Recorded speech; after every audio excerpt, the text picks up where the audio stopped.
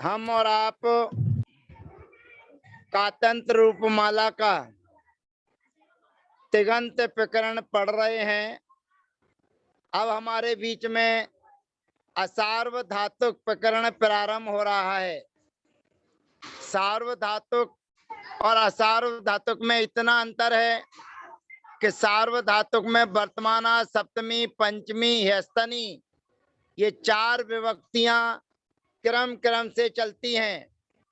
अब यहाँ पर अद्यतनी, परोक्षा आदि विभक्तियां आएंगी।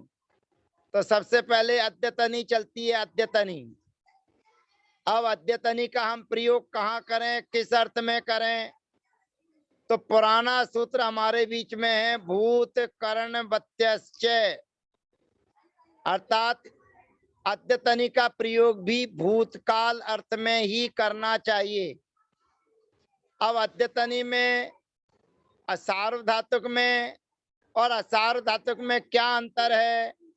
तो असार्वधातुक में हम अनविकरण, कर्तरी आदि विकरण करते थे। इस गण में वो अन आदि विकरण ना होकर एक नया विकरण हमारे बीच में आएगा, जिसको कहते हैं सिच। तब हम यहाँ से चालू करेंगे कहानी। भूत कर्ण वत्यश्चय माने अद्यतनी का प्रयोग भूतकाल अर्थ में होता है, ऐसा जानना चाहिए।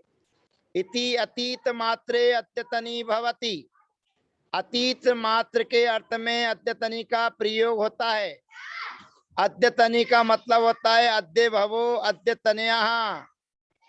आज पीछे जो सवेरे भूतकाल की चर्चाएं हो चुकी हैं, उसको भी जो ग्रहण करे उसको कहते हैं अद्यतन। और तत्र अतीते अद्यतनी, सवेरे के भूत से पीछे के भूत तक चले जाओ तो उसको अद्यतनी कहते हैं। अब अद्यतनी के प्रयोग में सबसे पहली हमारी धातु आएगी भू। जैसे सार्वधातुक प्रकरण में हम धातुएं लेकर आए थे, तो सबसे पहली भू धातु आती है, तो यहाँ पर भी भू धातु आएगी। और जो जो क्रम से हम धातुएं पढ़े हैं वे सभी धातुएं यहाँ पर आएंगी, और कुछ नई धातुएं भी आएंगी। कुछ पुरानी धातुएं जो आ चुकी हैं उनका उल्लेख नहीं भी करेंगे, परंतु आपको उन धातुओं का प्रयोग अपनी बुद्धि से अद्यतनी में करना है। तो सबसे पहले हम क्या लेकर आए? भू धातु। भू धन दी, पहले ती लाते थे, अब केवल दी लाना है। अद्यतनी के वही प्रत्यय हैं जो ह्यस्तनी के होते हैं। ह्यस्तनी के जो दी, ताम, अन प्रत्यय हैं वे ही ह्यस्तनी अद्यतनी के कहलाते हैं, इतना जानना। तो सबसे पहली धातु हमारी आ गई भू। भू सत्तायाम, होना, होने अर्थ में भू धातु है। और भू धातु का प्रयोग अब हमको अद्यतनी में करना है। तो भू धन दी, ई का अनुबंध हो जाएगा, दा शेष रहेगा, कालांतर में पदांते दुटा प्रथमा लग जाएगा। अब जैसे हम भुवादि गण में अनविकरण करते थे, अनविकरण कर्तरी, इस सूत्र को हमेशा याद रखते थे, और वह सूत्र हमारा भुवादि गण से चालू होकर चौरादि गण तक हमारा साथ देता रहा। ऐसे ही ये सूत्र आ रहा है इस गण में, इस अद्यतनी के गण में सिच विकरण होगा। उसके लिए सूत्र आता है सी जद्यतन्याम, सी जद्यतन्याम, अर्थात अद्यतन्याम, अद्यतनी में सिच प्रत्यय होता है। सिच, चा व्यंजन, और चा के सामने स्वर आया है तो वर्ग प्रथमा पदांता स्वर घोष वस्तु तृतीयान लग गया है। तो कह रहे हैं धातु सिच भवती अद्यतन्याम परतः, धातु से सिच प्रत्यय होता है, सिच विकरण होता है अद्यतन्याम, अद्यतनी के होने पर। अब हमने लिखा भू धन सिच धन दी, यानी कि दा। सिच में से केवल दंत सा शेष रहेगा, चाका और ई का अनुबंध लोप हो जाएगा। अब अनुबंध लोप करने पर हमारी स्थिति है भू धन सा धन दा, यानी कि दी में से दा। ये वर्तमान में स्थिति हो गई। ध्यान रखना, मेन सूत्र 779 नंबर का ये हीरो है, हीरो। इस हीरो से दोस्ती करके रखोगे तो अद्यतनी में ये आप सबकी नैया पार करा देगा। सी जद्दित जद्दितन्याम, सी जद्दितन्याम अर्थात अद्यतन्याम सिच। अद्यतनी में सिच विकरण होता है, सिच में से केवल सा बचेगा। अगला सूत्र हमारे बीच में हाजिर होता है 780। यह भी काम का सूत्र है। इडागमो सार्वधातुकस्यादि व्यंजनादे रकारादे। इडागमो सार्वधातुकस्यादि व्यंजनादे रकारादे। सार्वधातुकस्य आदि व्यंजनादे। अब यहाँ ध्यान रखना, यहाँ पर इडागमों के सामने अवग्रह खंडाकार का चिन्ह था जो गायब है, क्योंकि सार्वधातुक अब चल नहीं रहा, अब असार्वधातुक चल रहा है। तो कहते हैं इडागमो, इट का आगम होता है असार्वधातुक के आदि में। क्या होने पर? व्यंजनादे, व्यंजन होना चाहिए, लेकिन कौन सा व्यंजन नहीं होना चाहिए? रकारादे, यकार रहित व्यंजन के होने पर।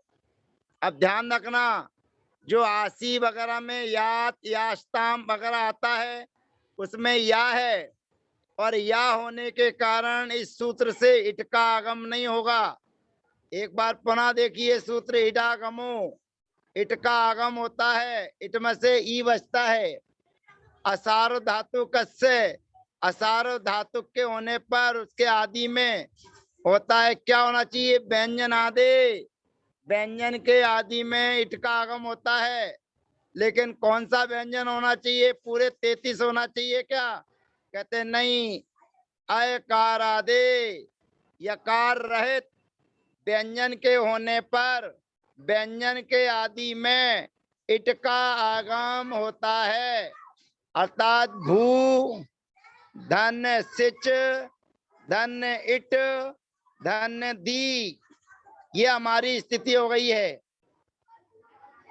भू धन सिच धन इट धन दी। अब ध्यान रखना, जो इट का आगम करेंगे वो सिच से पहले करेंगे, सिच से पहले, लेकिन इसकी प्राप्ति कर रहे हैं अभी। ये करता है, लेकिन यहाँ पर केवल प्राप्ति करना है। इडागमो सार्वधातु कस्यादि व्यंजनादे रकारादे, इस सूत्र से इट के आगम की प्राप्ति हुई।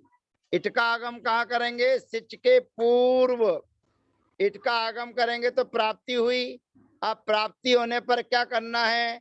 तो आगे का सूत्र कहता है इणिक स्ता दा पिबती भूभ्या सिचा परस्मयी।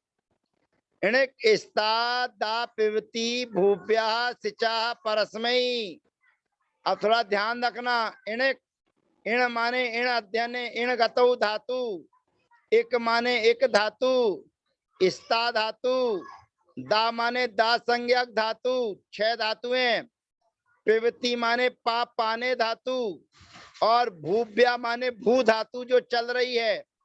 ये परस्मयी, परस्मय पद में हो तो सिच का लुक हो जाता है। इणा दिव्या परस्य सिचो लुक भवती परस्मय पदई परे। अब ध्यान रखना, सिच का लुक हो गया। लुक कहा है? लुक, लोप नहीं कहा। लुक कहने पर भी लोप होता है, पर लोप ना कहकर लुक कहा है, इसका मतलब है लुक लोपे न प्रत्यय कृतम। जो आप कति शब्द में पढ़े थे कि लुक के द्वारा जिसका कथन किया जाता है, लुक के द्वारा जहां लोप किया जाता है, वहां पर प्रत्यय संबंधी कोई कार्य नहीं होता है। इसीलिए यहाँ पर लुक कहा है, तो इस संबंधी कोई कार्य नहीं होगा। अब हमारी स्थिति है भू धन दी, क्योंकि सिच आया था वह चला गया। इट के आगम की प्राप्ति की थी, अभी किया नहीं है। क्यों नहीं किया?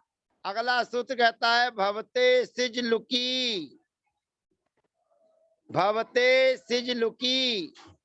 ये सूत्र कहता है भवते माने भू धातु से इट का आगम न भवती, नहीं होता है सिज लुकी।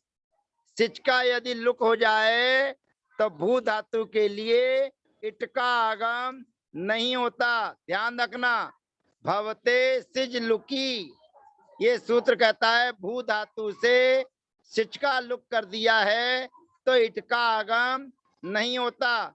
780 नंबर के सूत्र से इट के आगम की प्राप्ति और 781 नंबर के सूत्र से सिच का लुक, और भावते सिच लुकी कहता है कि जहां तुमने सिच का लुक कर दिया है वहां पर इट का आगम नहीं होता। अब 783 नंबर का सूत्र आने वाला है। अब ये कहता है भुवा सिज लुकी, अर्थात यहाँ पर नाम अंत्योर धातु विकरणयोर गुणा, नाम अंत्योर धातु विकरणयोर गुणा से गुण की प्राप्ति है। गुण की प्राप्ति होने पर यह कहता है भुवा सिज लुकी, भू धातु से जहां सिच का लुक हो गया हो तो वहां पर गुण नहीं होता है। सिच के लुक होने पर गुण नहीं होता। अब हमारी स्थिति है भूधनता। अब धातु के आदि में अट धात्वादिर ह्यस्तन्य दत्तनी क्रियाति पत्ती सु, ये अद्यतनी है। ह्यस्तनी अद्यतनी और क्रियाति पत्ती में धातु के आदि में अट का आगम होता है। तो धातु के आदि में अट का आगम हो गया तो बन जाएगा अभूत, पहला प्रयोग बन जाएगा अभूत, और ताम लाएंगे तो बन जाएगा अभूताम। आज का समय हमारा पूरा हो गया है। शेष चर्चा अगले सत्र में। जय जिनेन्द्र, वंदना, यथायोग अभिवादन।